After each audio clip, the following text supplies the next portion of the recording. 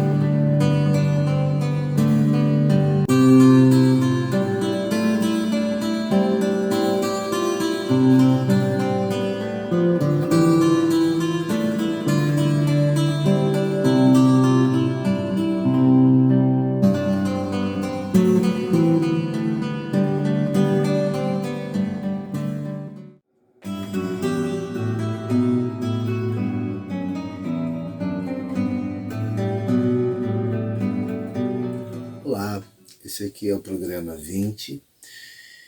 Nós vamos falar sobre o barroco. O que era o barroco na música, nas artes, nas ciências. Tem mais de uma visão, tem mais de uma abordagem possível, né? Mais de uma leitura possível.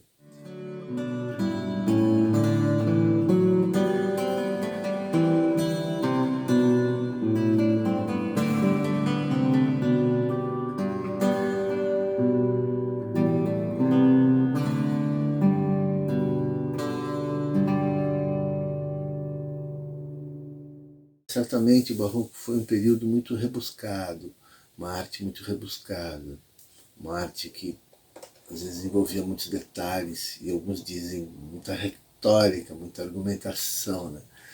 Em toda, tanto na música quanto na pintura, escultura, arquitetura, enfim. E é um período super importante para os nossos dias, século XX e XXI.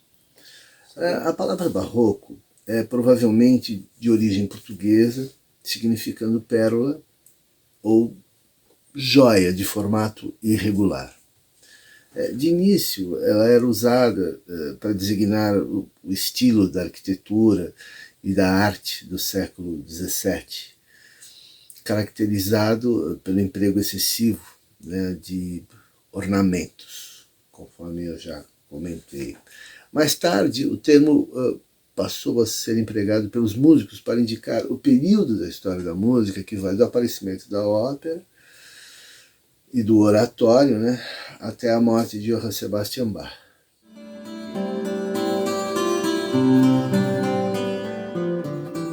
E foi durante o século XVII, né, que o sistema de modos, né, acabou por ruir de vez, que é aquele sistema modal que já vinha desde lá do Papa Gregório, já vimos lá atrás, desde o século VI, que é a base principal de toda a música ocidental, que temos até hoje, por sinal.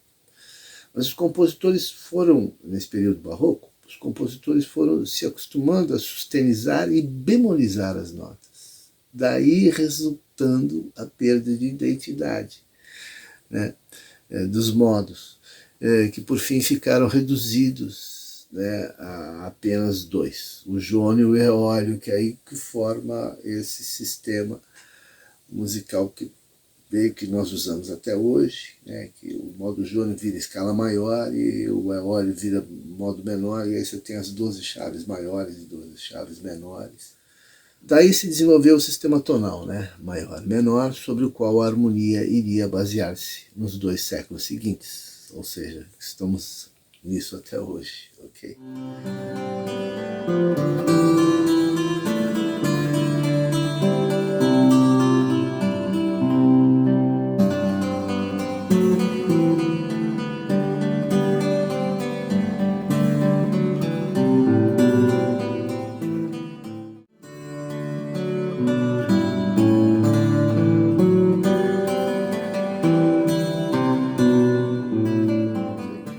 Eu falei no programa passado sobre um grupo, uma junta de intelectuais que ficou conhecido na história como o Grupo Camerata, liderado pelo Conde Bardi, e eles realmente exerceram uma influência muito grande, porque eles existiram entre o Renascimento e o Barroco. E eles, conforme eu comentei no programa anterior, eles estavam considerando que o elaborado tecido contrapontístico da música, do canto, obscurecia o sentido das palavras, porque a polifonia estava muito avançada, e com politexto, porque eram várias vozes e com vários textos.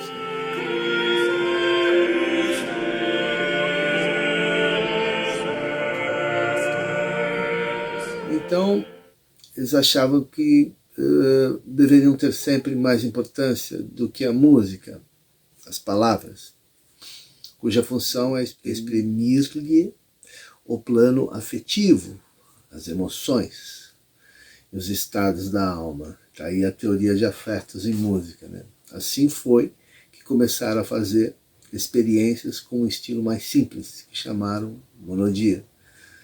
Uma única linha vocal, sustentada por uma linha de baixo instrumental sobre a qual os acordes eram construídos, que é o que nós fazemos até hoje, que é a homofonia, né? Tá certo?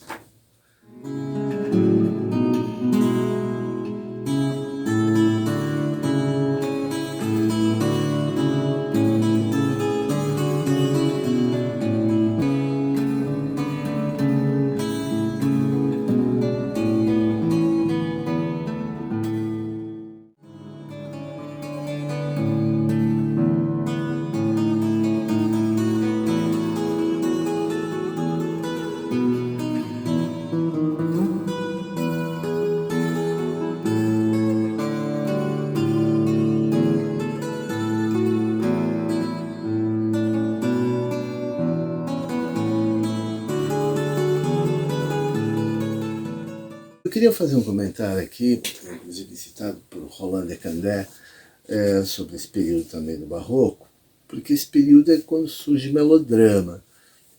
Qualquer dúvida é só você ouvir um cantor de ópera, né, desse período, que surge nesse período, e ouvir os cantores modernos, você vai ver como, obviamente, certos setores do canto moderno, obviamente, tem a ver com melodrama.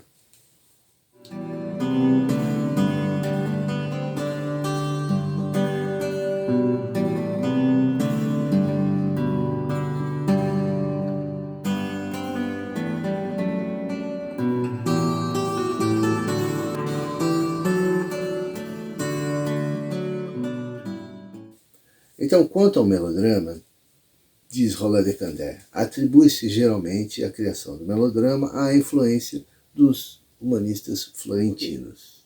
Os membros dessa assembleia preconizam, como outros humanistas, uma nova associação entre música e poesia, com base no modelo do que se imagina ser a recitação lírica dos gregos e romanos.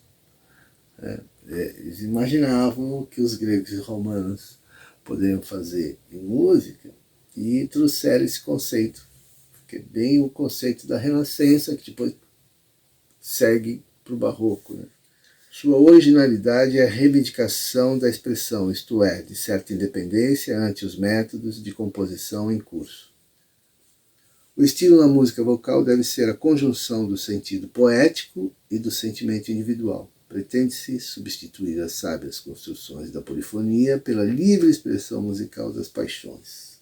Aí a teoria de afetos, né, que temos até hoje na música. Isso é o que é a música ainda dos nossos dias, quanto ao conceito.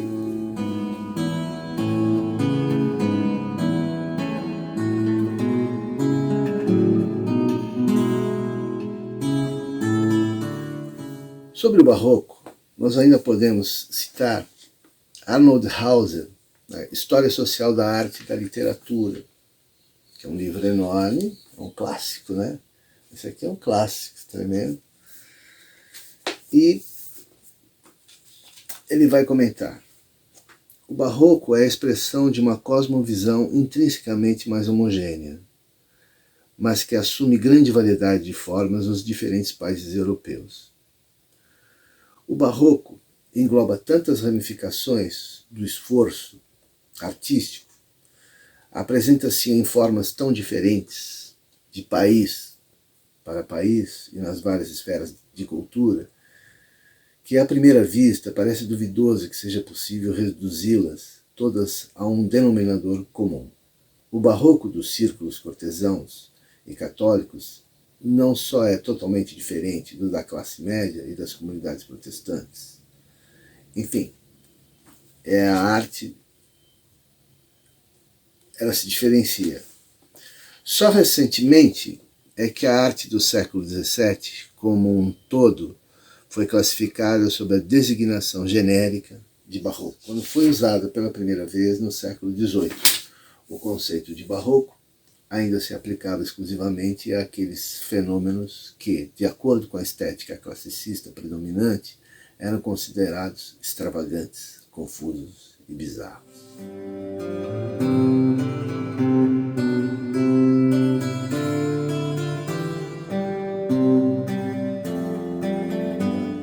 Do princípio do século XVII ao fim do século XVIII, o aspecto geral do mundo natural alterou-se de tal forma que Copérnico teria ficado pasmo. A revolução que ele iniciara desenvolveu-se de modo tão rápido e tão amplo que não só a astronomia se transformou, mas também a física.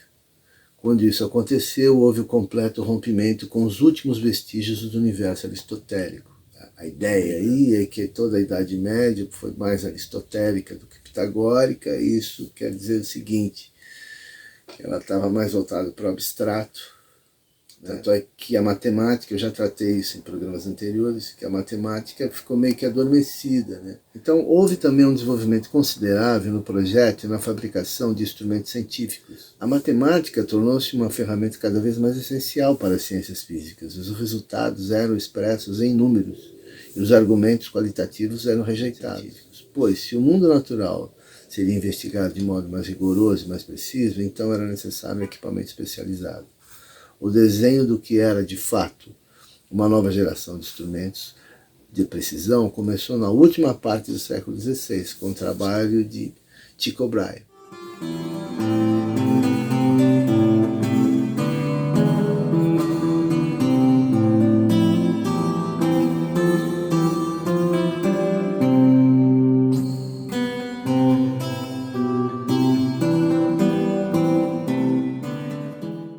Bem, do ponto de vista social, político, né, é o período do absolutismo, o sistema político no qual toda a autoridade está concentrada na pessoa do soberano.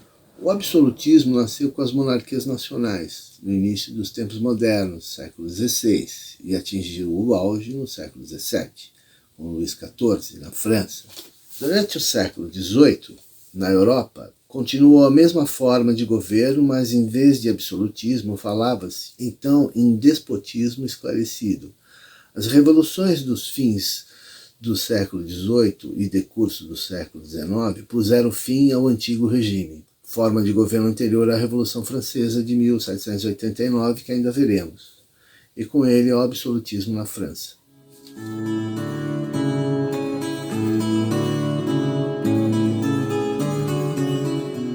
Podemos ler na obra Uma Longa Idade Média, de Jacques Le Goff, muito longo ou nem tanto. O Renascimento não é a ruptura absoluta, decisiva, que pretendeu ser. Há uma longa Idade Média que iria até o fim do século XVIII. Pode-se dizer que a Idade Média só teve fim com a Revolução Francesa e a Revolução Industrial. Esse é um conceito do historiador francês Jacques Le Goff, que tem uma visão um pouco diferenciada dos outros historiadores. Ele pertence ao ramo dos historiadores da Nova História, que eu já falei sobre eles em programas anteriores. Ok?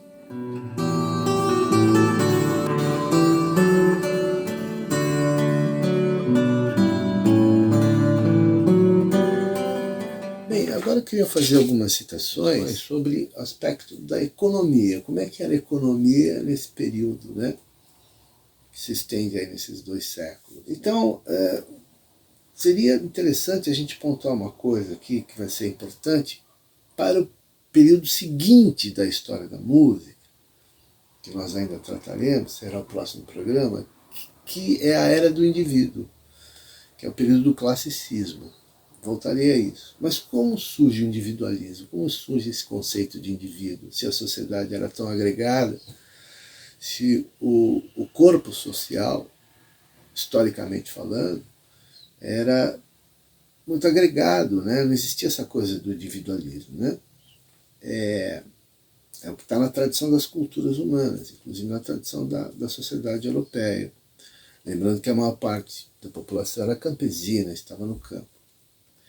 Então, comenta, na história do pensamento econômico, Hunt e Sherman, os professores comentam o seguinte: ao condenar a avareza, o comportamento aquisitivo e o desejo de acumular riquezas, a ética paternalista cristã medieval,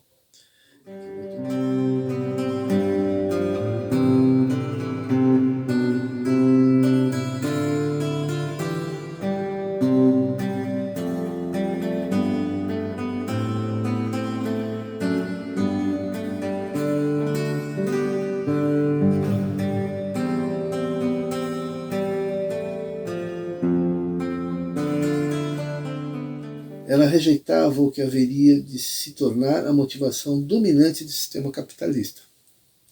No final do século XVIII, quase todas as fases de produção haviam sido incorporadas à esfera da economia capitalista de mercado, que, para funcionar com êxito, dependia do desejo de se acumular riquezas em proveito próprio. Os escritores mercantilistas eram, com raras exceções, capitalistas ou funcionários das grandes companhias comerciais capitalistas.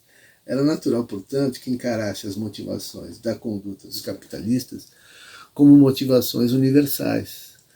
Das ideias que os capitalistas tinham a respeito da natureza do homem, da necessidade de se libertarem das restrições econômicas que tolhiam a realização de seus negócios cotidianos, originou-se a filosofia do individualismo, que lançou as bases do liberalismo clássico, que são os nossos dias, né? Exatamente, são os nossos dias. Nós vamos comentar o seguinte: se a ética paternalista cristã condenava severamente o desejo de acumular riquezas, conforme já vimos, que haveria de se tornar a força propulsora do sistema capitalista, então foi necessário elaborar novas concepções filosóficas e ideológicas que justificassem moralmente o individualismo, a ganância e a busca de lucro. O protestantismo e as filosofias individualistas lançaram os fundamentos para uma nova ideologia. Nas obras econômicas dos mercantilistas, percebe-se a influência das noções individualistas, que insistiam na necessidade de conceder maior liberdade para os capitalistas e de reduzir a intervenção governamental no mercado. O conflito intelectual entre os dois pontos de vista fundamentalmente diferentes, refletidos nas obras mercantilistas, só se resolveu quando a filosofia e a economia liberal clássica extirparam os últimos vestígios da ética paternalista cristã medieval.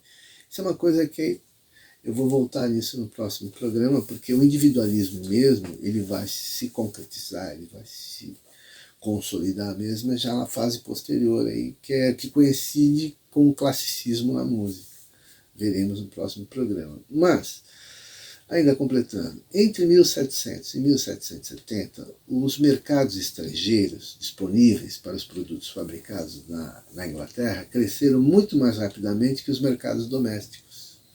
No período compreendido entre 1700 e 1750, a produção das indústrias que atendiam o mercado doméstico cresceu 7%, e a das indústrias de exportação 76%.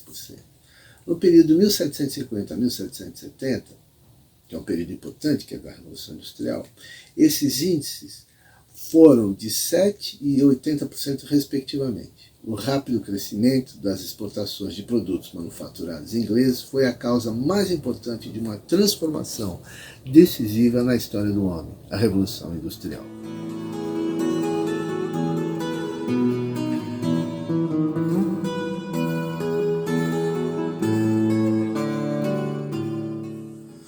Bem, vamos agora então falar sobre esse mapa aqui, essa linha do tempo. O que é essa linha do tempo? É exatamente isso. São os compositores do período do Barroco, que corresponde a tudo isso aqui. Veja bem que os mais antigos são Frescobaldi, Schultz, né? São mais antigos. Esse compositor aqui é importantíssimo, que é o Buxtehude, que foi influência básica tanto para o Johann Sebastian Bach como para o Handel e outros. O Bach, que está aqui, que é o velho Bach, né? Ele nasceu em 1685 e morreu em 1750. O Barroco termina aqui em 1750, aqui nessa linha aqui, ó, 1750. Por que o Barroco termina aqui em 1750? Porque essa linha é considerada, com a morte de Bach, o fim do Barroco, ok? Os historiadores acharam por bem terminar. Ele é considerado, o Bach e o Handel, Barroco tardio. Esses outros compositores que estão entrando aqui, eles já pertencem ao classicismo, tá? Então, com a morte de Bach, que é aqui, 1750, ó, essa linha aqui, até aqui é que vai o Barroco. Daqui para frente já seria o classicismo. Aí para frente já seria o classicismo, né? Que vai pegar de 1750, aqui nessa linha aqui, 1750, até 1810. Porém, então, esse miolo aqui é o período do Barroco, que vai de 1600, né, que é essa linha aqui, 1600, até 1750, que é esta linha aqui. Esses são os principais compositores do Barroco. Então, o Buxtehude exerce uma influência muito grande sobre os outros compositores, em particular Bach, Handel, enfim. Então, os compositores aqui principais, vamos falar os nomes deles aqui. O Domenico Scarlatti, o Jean-Philippe Rameau, que inclusive foi um dos maiores tratadistas, né, o Tratado de Harmonia, né, que ele escreveu em 1722. A gente segue ainda alguns dos princípios, os princípios que estão lá nesse tratado, a gente ainda segue. Albinioni, Couperin, aí francês, né, Purcell, inglês, Corelli, italiano, Buxtehude, dizem que era alemão, não se sabe exatamente a nacionalidade dele, mas viveu na Alemanha. Padre Antônio Vivaldi, né, autor de uma peça, muitas peças, mas uma é famosa, que é As Quatro Estações de Vivaldi, todo mundo conhece, a primavera, né. Bom, Telemann, Johann Sebastian Bach, esse é o mais famoso, é considerado o ápice, né, não só do Barroco, mas da música ocidental, da história da música ocidental. Voltaremos ao assunto. O Handel, ok? Então esses são os principais, né? Óbvio que tem outros tantos, mas esses são os principais. E os mais antigos seriam Frescobaldi, Schultz, que fazem a passagem entre a Renascença e o Barroco. Esses aqui do Barroco, alguns também ultrapassam a linha do Barroco e chegam até ao classicismo. Os filhos de Bach já pertencem ao classicismo, voltarei a eles mais tarde, ok? Então, basicamente, são esses compositores mais importantes do Barroco.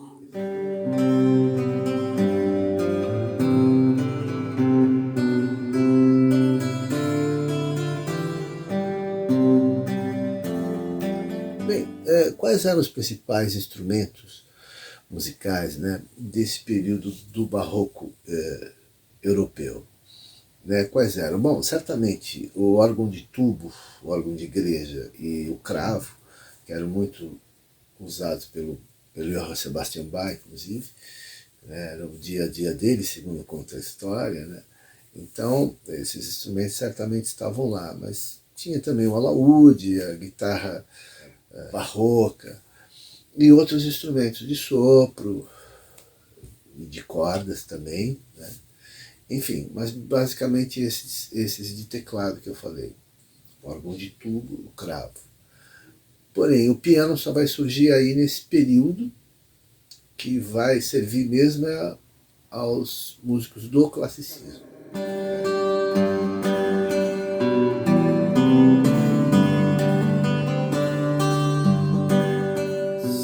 É importante a gente saber quais eram as formas de composição musical desse período, porque elas vão exercer uma base e uma influência para a música dos nossos dias, né? elas terão uma importância, uma relevância para a música dos nossos dias.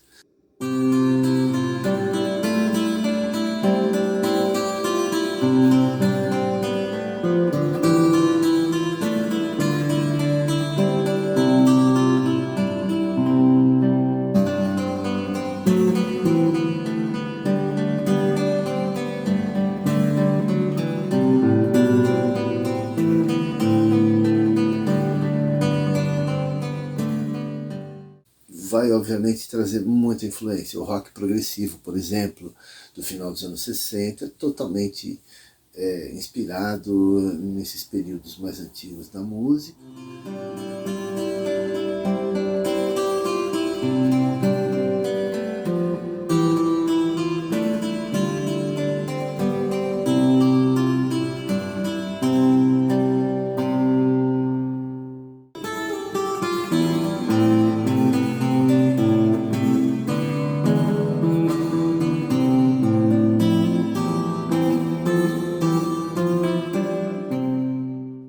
Muito da música pop traz elementos da música desse período barroco, como de outros períodos também.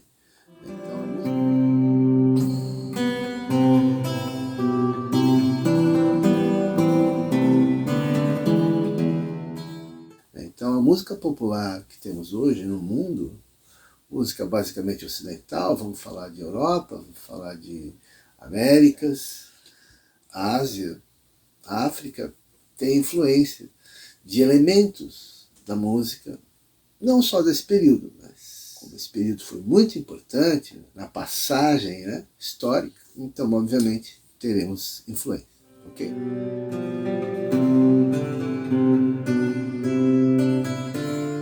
Bem, alguns teoristas e tratadistas desse período do Barroco não só influenciaram a produção musical posterior, como influenciaram no pensamento musical, no processo da criação, obviamente, mas principalmente nos conceitos.